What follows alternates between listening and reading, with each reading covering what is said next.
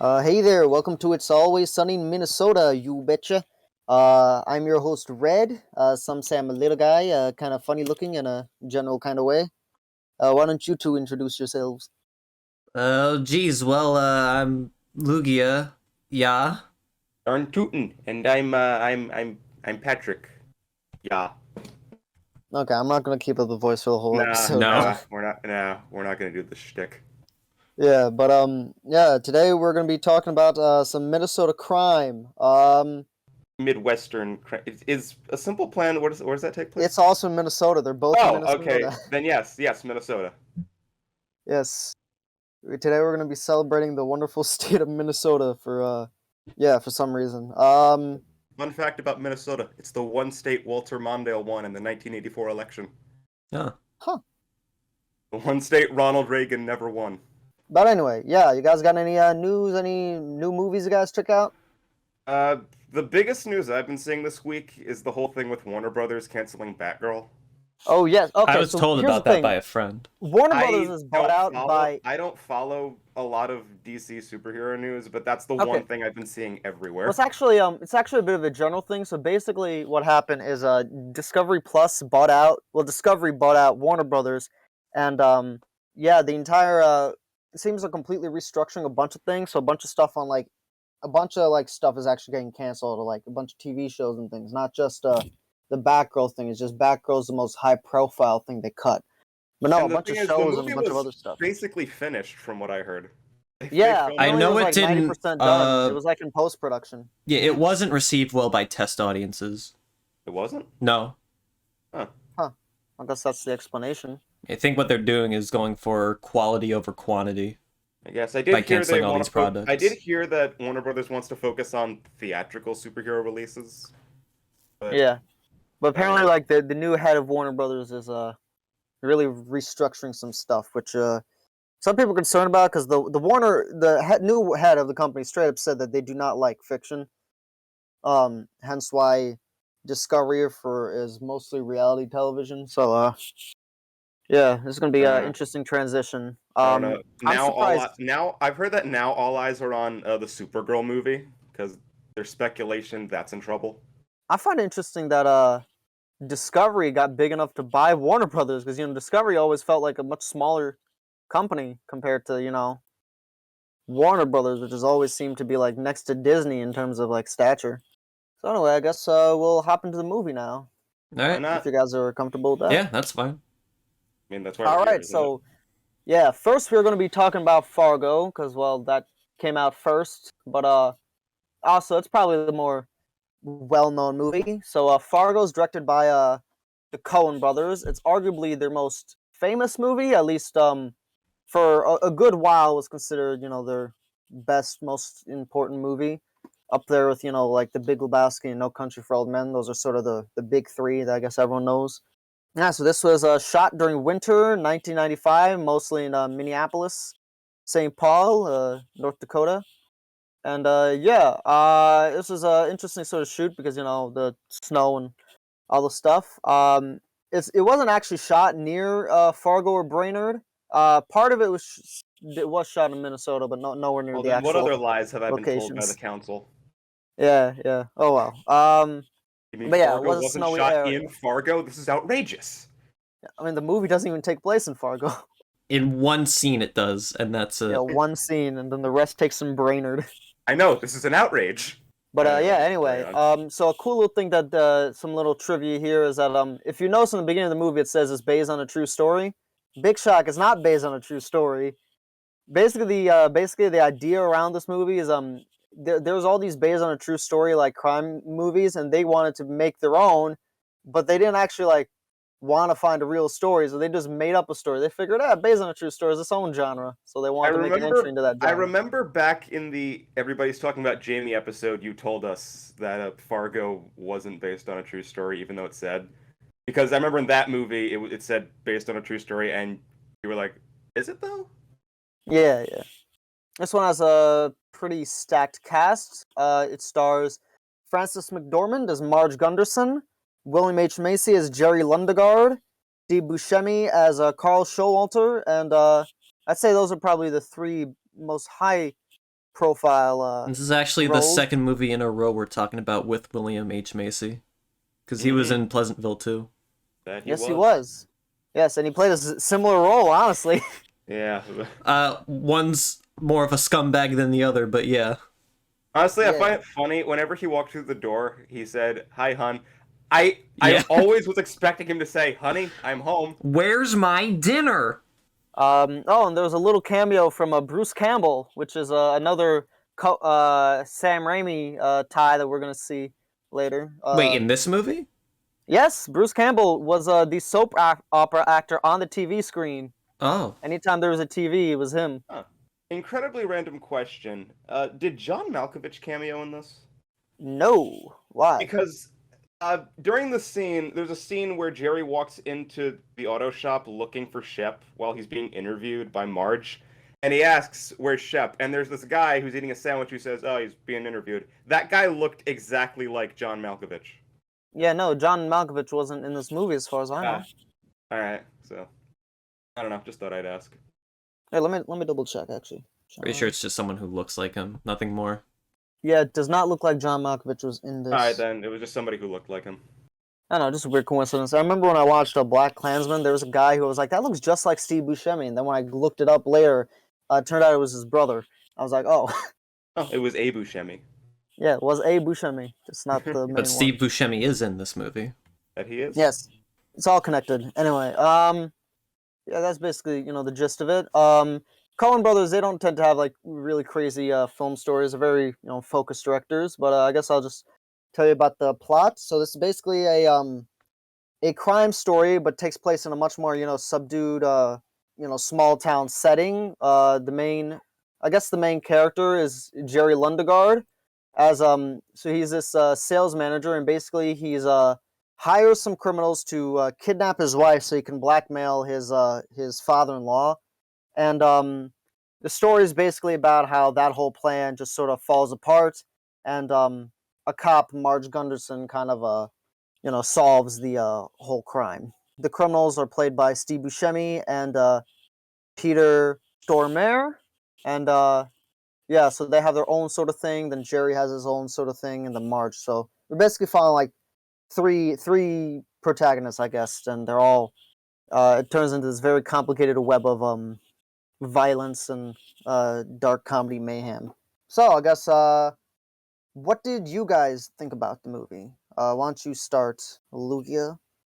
Overall, I thought this was a very tightly written film. I enjoyed myself a lot with this one. I can see why it's a classic too. I mean, I think a lot of the actors were great. A lot of the cinematography also great. I think some like maybe a couple scenes weren't really needed, like when Marge is talking with what's his name, Michael. Mike, yeah. Yeah, the friend from high school. Yeah. What was the significance of that? Was it just for flavor?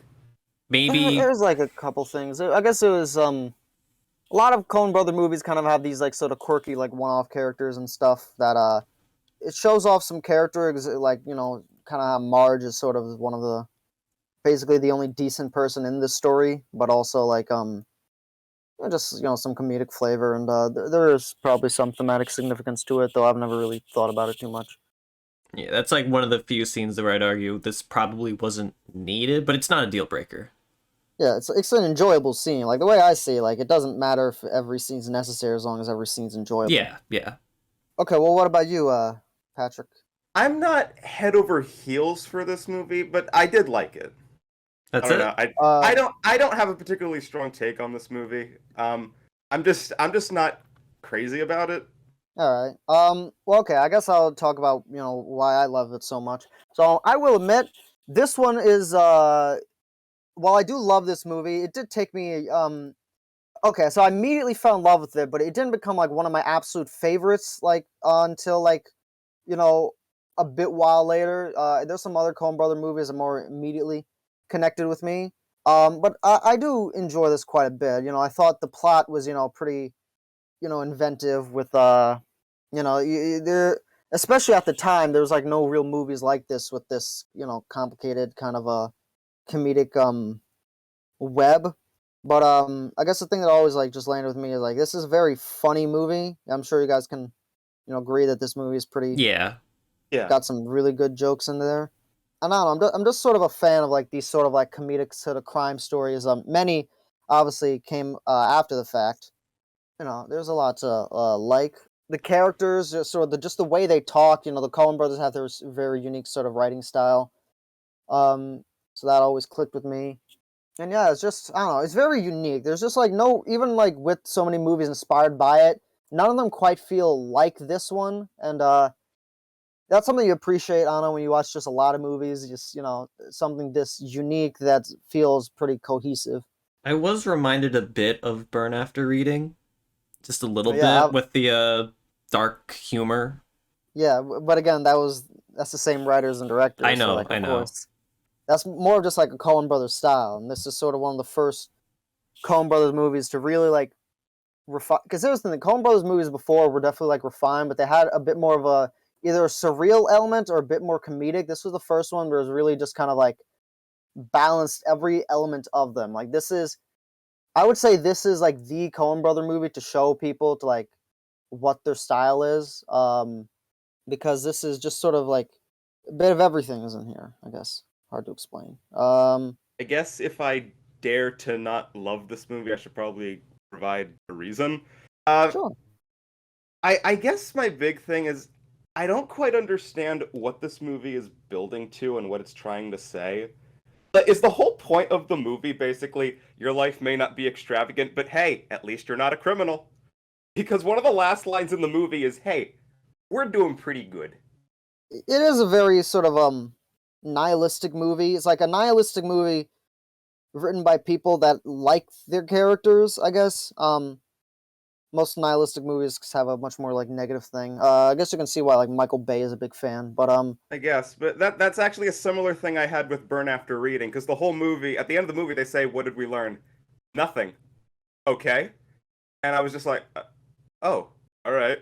yeah, that's the Well, thing. not nothing, not to They're do it not the again. most traditional filmmakers. They got so a lot of their movies have thematic depth, but a lot of their movies have more of a focus on like texture of environment rather than I guess how do I put this a clear thematic purpose. It's almost like a slice of life police procedural. If that's hard, if I could explain it that way. Again, I did like the movie. I want to stress. I'm not saying I didn't like it. I Yeah, did. I no, enjoyed. I understand that, but like I don't know.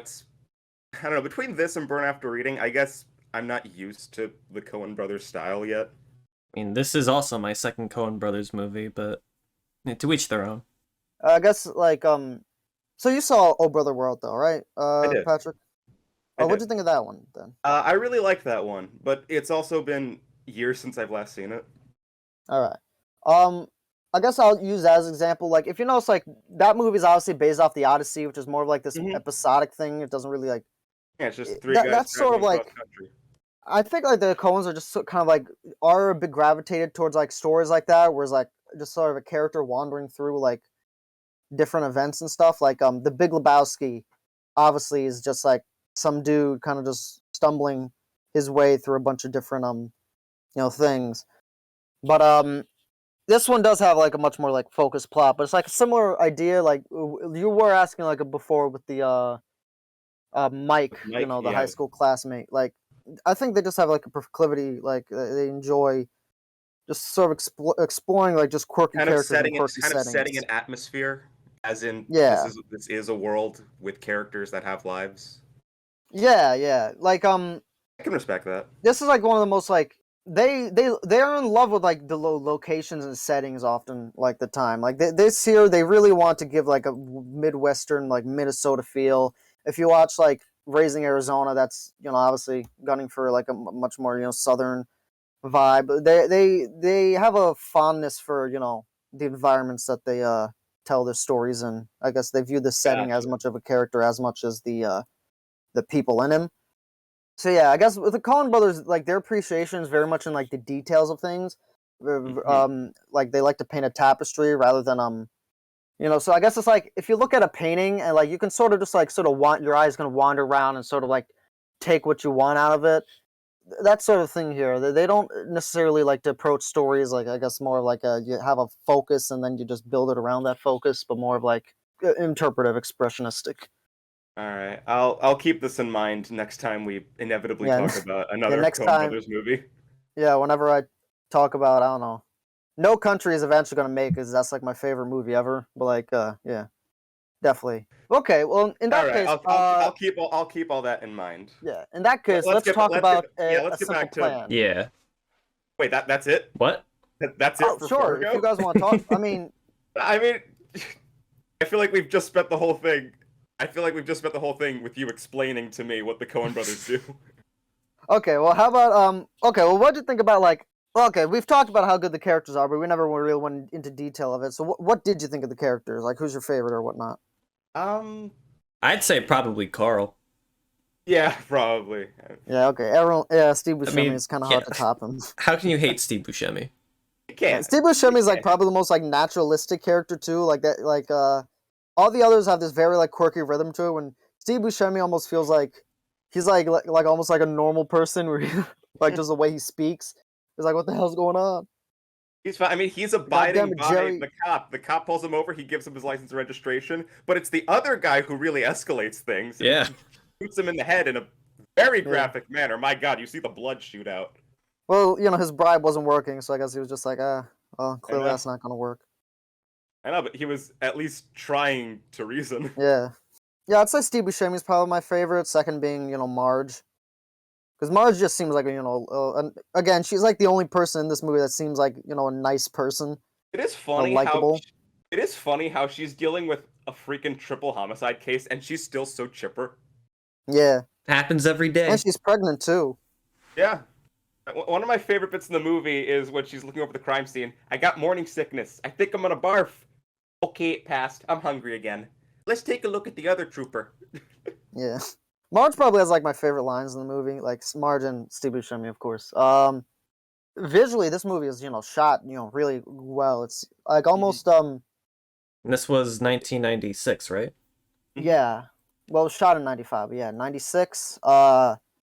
The snow gives it such like a unique sort of texture to it because I don't know, it's a bit like unconventional, especially like it must have been like difficult like setting up these shots with with how snow is. So like it's really like when I actually like think about how they could have shot this movie, it's like, man, this is definitely must have took like some real planning because I doubt it would have been easy setting up. I have a soft spot for small snowy towns, so this movie was, very, very nice and cozy, despite the violence and the dark elements. But yeah, it did look good. It's really like built a lot of contrast, sort of, because like it's got this very like pleasant feeling to it, despite it being a violent crime movie.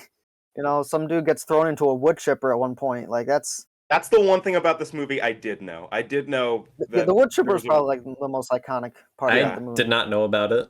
That took me for a surprise. Yeah, no, definitely.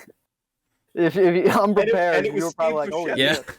Underrated character, but like I think the what's the dad's name again? Jerry's father-in-law? Yeah, Um, Wade, I think. Wade. Yeah, Wade. I thought his character was like pretty interesting. Just given like the contrast with Jerry and how like he kind of screwed himself just because he didn't want to go to plan, but like at the same time like he's perfectly reasonable. Like you understand it, you get it. I was like, I don't know. I think the characters and how they play off each other is sort of where the strengths of this movie lies. I did have one other question. This whole Yeah. movie is basically it happened because Jerry wants money to build a lot. Yeah, basically Is that right? he Like what? A lot to sell cars? A parking lot? They never. it's like a real they never estate thing, clarify. basically. Yeah, they never clarify exactly what his plan is. Yeah, but It's that's just because a like it's lot not that it's requires not really that a lot of money. important. It's meant to be like he needs this money for something relatively like kind of mundane, honestly, and it's Yeah, more we about get- he just wants like respect more than yeah. And this movie is sort of dealing about masculinity. Jerry very obviously feels very insecure about his status in life, considering clearly he's making his money off of like his father-in-law. He's not really being the provider. So what Very better much way to rooted do in, that like, than have your insecurity. wife kidnapped from money? Yeah, it's very much like insecurity and him trying to like Does his be his wife own die? guy. Because I we think she never get His did. wife does die, yeah. because the last time we see her, she's on the floor. The chair is knocked over, but we don't see any blood stains or anything. Yeah, The the other guy guy just just said said she he made a was. lot of noise. She was shrieking. Yeah, that's it. Yeah, so they're definitely like trying to suggest that the dude just killed him, just Jeez. killed the wife. Kind of a dark nihilistic sort of movie, but with like an odd like warm tone to it. So it's very like unique. Like if it's such a classic, it feels like now that I'm like actually thinking about it, it's like, man, this movie really is like odd. Was like it's such like a ingrained part of like film that like to me I'm just so used to it that I'm like, oh yeah, it's just Fargo, you know. But it's like, yeah, this is Also, definitely a strange movie. one Um, brief comment in regards to the music. The opening score did not have to go that hard, but they did, and I'm so glad for it. yeah, Like it's just a soft violin, and then it builds and builds into this big extravagant thing, and it's just a car driving down a foggy road. And I'm like, thank you. yeah. So overall, obviously I'd give it like a 10 out of 10. But Like yeah, a you guys both like it to varying degrees. yeah, So well, yeah, no, 8 or 9 out of 10 for I me. give it two thumbs up. I'm just gonna go by a thumbs up, thumbs down All recommendation right. system from now on. Okay, Yeah, Roger. thumbs up recommendation. So Sideways you do thumb. the thumbs up, thumbs down. I just do a standard number system, and Patrick doesn't do anything.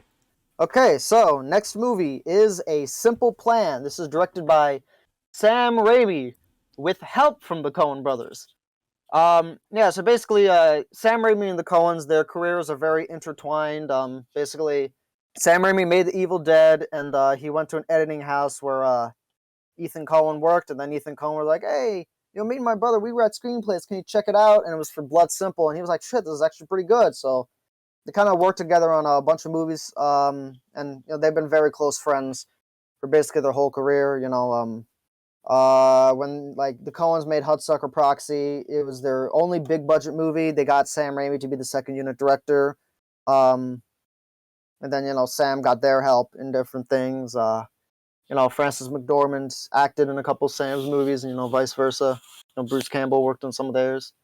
So yeah, they're very good friends, and they've worked on a lot of movies together. And for this one, he was basically sort of making his own take on a sort of Fargo-like story, and he even got direct help from the Coens because, like I said, shooting in snow is not actually very easy. So he was basically asked them for like, hey, any tips on what to do, and yeah. So this movie is much more of a cult film. It's not obviously not as well known. Sam Raimi is more known for his more flamboyant movies, but he decided to make something a bit more understated here, Yeah, which is if I something I could if I could appreciate. start anywhere, if you hadn't told me this was Sam Raimi, I never ever ever would have guessed.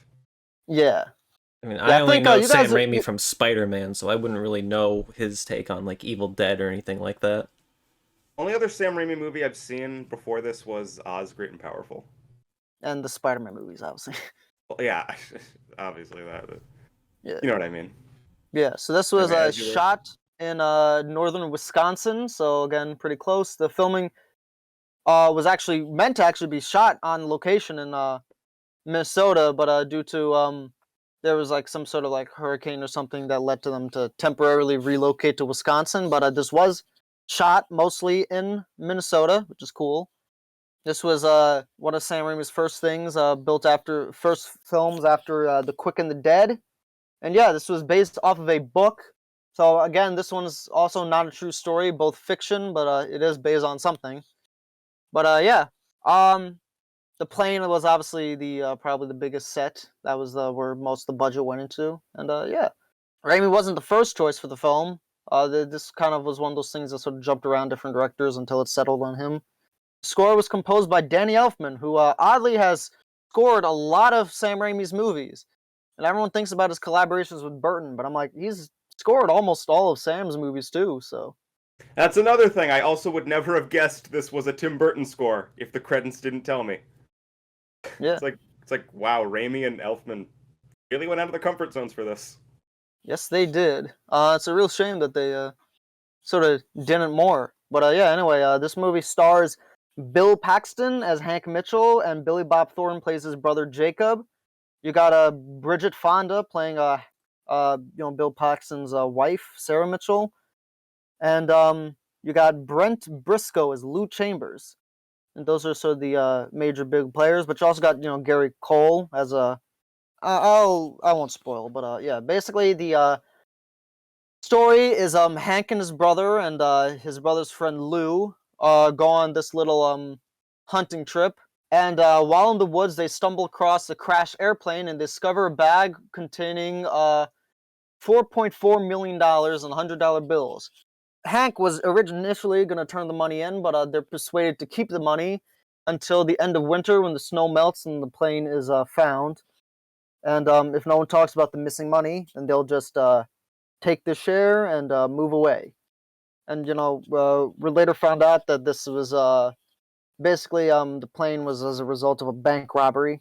And yeah, and the whole movie is basically just these three having their own sort of conflicts, trying to cover up their crime, and then Basically, how far would yeah. you go for $4.4 million? Yeah, basically that's the pose of the question of the movie. So yeah, I mentioned this last week, but I like this movie more than Fargo. This is I'm in actually fact in the same boat with you. one of my favorite movies like ever. When I first saw this movie, I immediately fell in love. Like Fargo was a movie, it took a bit of time. This one, I was like, nah, this immediately clicked with me. I It's currently in guess my top I'm 10. the odd one out because I enjoyed Fargo more than this movie.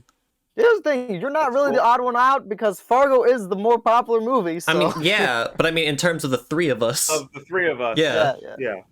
Yeah, and I obviously do still love Fargo a ton. I give both of these movies like a 10 out of 10, but Simple Plan just I like just a little bit more. I find like just the more focus on the internal character drama a bit more compelling, and it's maybe not as quirky as Fargo, but it feels a bit more real. A bit like these characters feel a bit more like actual people versus when Fargo has a bit more of a quirky side to it.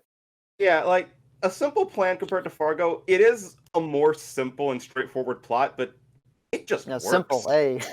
It just yeah. Yeah. But I mean, it's a bit more of a clear, like direct movie. But here's the thing. I think it works like pretty good as like Fargo, because Fargo provides like a texture, and then this movie is sort of building on like that foundational like texture that Fargo was already built on. Because this was made like 2 years after Fargo, and by that point Fargo was already like well known. So like at that point, since Fargo became like just this sort of part of this cultural like sort of a identity, it's sort of like almost used just the setting of Fargo, since most people are already familiar, is just sort of shorthand, so you just already kind of immediately just sort of get the vibe going in. It doesn't really have to establish itself as much. Like I don't know. So I know you guys don't watch like Naruto and stuff, but like there's this anime called Black Clover, and it was made after Naruto, but basically the creator of Black Clover basically just decided to make the series under the knowledge that everyone already knows Naruto, so they didn't feel the need to explain stuff that Naruto did need to explain, because people just weren't familiar with a story like that. So yeah, it was just sort of like, okay, you already know like this kind of story, so it just kind of used that to sort of it kind of just sped through like all the stuff that people are already familiar with to get to like the more unique elements of this. So like so I guess like Fargo was just very much focused on the setting and the texture of it all, and this one was just sort of had the assumption that you already got the idea of the setting and texture. That makes sense. Okay, I don't know. So Luke, why don't you talk more about what you feel about this movie? Okay, I mean, just you because like the least. Yeah, just because I didn't like this as much as Fargo doesn't mean I hate it. This was still great. I enjoyed my time with this. It's just that I think this movie was a slow burner. I wasn't really feeling it for like the first hour or so. And then after Hank and what's his name, Jacob, they accidentally kill Lou and Nancy, like that's when like the gears start turning and the drama becomes more interesting. When I will say Baxter character gets in the picture, yeah, that's definitely my favorite scene in the movie, when they're basically trap Lou and then they create this thing. Like, have you guys seen Breaking Bad or Better Call Saul? I think you ask this like every week, and we always say no. Okay, sorry. Well, one of these weeks you're gonna watch it. I don't know. if you like this movie, I would definitely recommend you check out Better Call Saul and Breaking Bad because Better Call Saul throughout the whole thing kind of has a vibe similar to this, but especially towards the end. But Breaking Bad early on kind of feels like this, and then it kind of expands into its own thing. But like yeah, I definitely say like if you like the scene with Lou, you'll definitely love those shows because they've got a similar thing with this sort of like planning thing, and then things kind of blowing up, and them having to sort of improvise in different ways. So like, obviously the Fargo TV show. Like, here's the funny thing: the Fargo TV show I think is more similar to a simple plan than actual Fargo. Shit, Billy Bob Thornton's even in the show. Like, he's one of the main characters. Ah, it's all connected. Yes, it's all connected. Billy Bob Thornton's also a Coen regular. So maybe a After this simple film, plan takes place in the Fargo universe, huh? maybe it does. Maybe it does. The world may never know. Yeah. But that's just a theory. A game theory. I think you mean a Film theory. Film theory. I do theory, not watch that. I've never watched that channel. Uncultured swine? No. Yeah. I'll be honest, I don't really watch game theory or film theory, but whatever. Yeah. That's besides the Neither point. do I, but yeah. Yeah. I really liked the ending. I thought, them finding out that all the bills are marked and stuff, and it was like, 1 in 4 chance they get Yeah, caught with like every I love the purchase, ending and, to like, this that was movie so much. Like after everything that Hank had to go through, hell, even killing Jacob and having to burn the money afterwards, it's like, what was this all for? Jesus, and that is just a beautiful message for this type of movie. I was not expecting him to kill Jacob. This movie got real dark towards the end, but again, it was Jacob's decision. He's like, I can't live with all this guilt and baggage of what we just went through. Yeah, so actually, thematically, I found it interesting. It's very similar to Fargo with like, what was this all for? But this one feels a bit more like pointed, where it was like all this violence for money, and then it means nothing. It was like, is it really like, it really isn't worth selling your soul for cash, because like, I don't know. I felt like the theming here was a bit more like overt than with Fargo. Yeah. I felt like the character relationships here were a bit stronger than in Fargo. I think that's why I liked it more. Yeah. Well, Fargo, like, the characters are a bit more split apart, versus here, like, it's very, the entire conceit is just like this trio sort of working things out. Yeah, I really love this movie. Actually, I guess it kind of made sense that Jacob died because his whole goal was to buy the farm. Yeah. Jacob's definitely like of the movie, Jacob's like the likable character. I guess like all these movies is like the one likable character, but this one's a bit more, tragic, because in Fargo, the likable character is ultimately the only one that kind of wins in the end. When this one, there is no winner. Everyone just lost. Pretty much, yeah. Yeah. Basically, I mean, of the trio, 2 ended up dead, and the one who lived had to get rid of the money. I noticed there was a little bit of a Lady Macbeth thing going on with Sarah's character, because she like immediately was just kind of like on point. It was like, okay, here's the plan. It's like, you're gonna go back, put some money, that way when they find the thing, they'll like she was like, it's kind of like almost funny just how like smart Sarah's character was, because she just like immediately like was figuring out like a way. Dude, what's even more fucked up about that is that when she's explaining that whole plot, that is in their first moments holding their newborn child. Yeah. Yeah. That is just... It was like darkly comedic. It was like, man, this is like, it was like a lovely sort of like both these movies are just built around like, child. All right, great. We're gonna frame this guy for murder. Yeah. Both these movies are built around like very interesting like contrasts with like just the character, tone, environment, just everything. That I guess that's like the one word I use to describe both these movies, just contrasts. But also, side note, this movie has the most quiet jump scare I've ever seen. It's just Hank walking up to his door, Lou pops in and he goes, "Bill." No music or anything. Just maybe enough. So actually, I don't know if you guys saw the poster of this movie, but the tagline for A Simple Plan is, "Sometimes good people do evil things." Yeah. I'm like, yeah, that's a fitting tagline. Yeah. But if they do evil things, does that make them good people still? I mean, after Jacob shoots Lou, he says, "Hank, do you ever feel evil?" "I do." He's like, he is not the same after that. Yeah, this movie definitely. He just killed one of his best friends. Anything else? So no, I guess obviously I love both movies. So Yeah, I'd recommend it. After you guys give your recommendations, I will say a movie that I think if you like this, some other movies to check out. I'll say I'll give this like a 7 or 8 out of 10. It didn't appeal to me at first, but once this movie started going, it really got going. It was absolutely worth it. Yeah, I really liked this one. This is definitely a recommendation in my book.